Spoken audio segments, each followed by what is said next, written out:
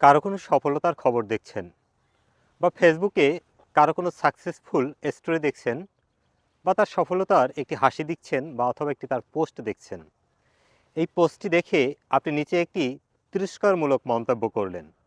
কোনো গঠনমূলক মন্তব্য নয়, বরং একটি তিরস্কারমূলক মন্তব্য করলেন এবং সেখানে আপনি একটি অন্য রকমের ন্যাকামি মানে তাকে হাসি ঠাট্টা তামসা করলেন।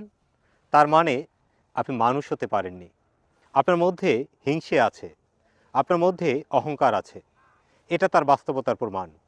আজকে ফেসবুকের কল্যাণে আমরা চিনতে পারছি মানুষ এবং অমানুষের পার্থক্য, ভালো এবং মন্দের পার্থক্য, জানোয়ার এবং জীবজন্তু এবং মানুষের পার্থক্য। কারণ এই ফেসবুক সোশ্যাল মিডিয়া না থাকলে আমরা বুঝতে পারতাম না। ফেসবুকের ওয়ালে প্রতি মুহূর্ত, প্রতিনিয়ত, প্রতি সময়ই ভেসে উঠে মানুষের তার ব্যক্তিগত চরিত্র, বৈশিষ্ট্য বা তার আচরণ। এগুলো আমরা যখন সচরাচর একজনের সাথে চলাফেরা করি বুঝতে পারি না। কিন্তু মানুষ যখন গভীরভাবে তার অনুভূতি ফেসবুকের মাধ্যমে প্রকাশ করে, তখন তার সেই ভেতরগত অনুভূতিটাই প্রকাশ হয়ে যায় তার নিজের অজান্তে।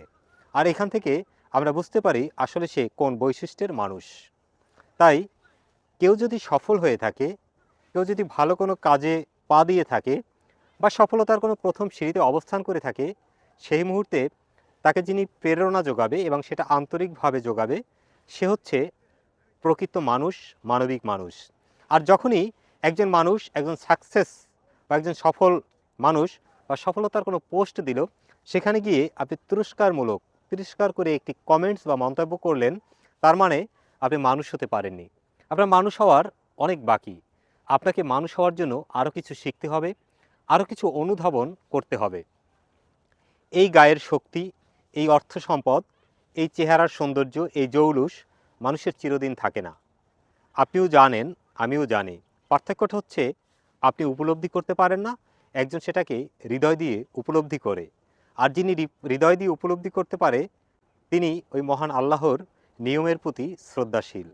আর যিনি শুধুমাত্র মুখে বলে যে হ্যাঁ ভাই, মরতে তো একদিন হবে, কিন্তু তার হৃদয়ে বিন্দু মাত্র অনুভূতি বা অনুশোচনা জাগে না, সে আসলে এখনও মানুষ হতে পারেনি। তাই মানুষ হতে হলে ওই ভিতরের অহংকার, এগুলো ঝেড়ে ফেলে দিন। অন্যের সমালোচনা না করে আত্মসমালোচনা করুন। আমার নিজের মধ্যে কতটুকু ভুল আছে সেই সমালোচনা করুন।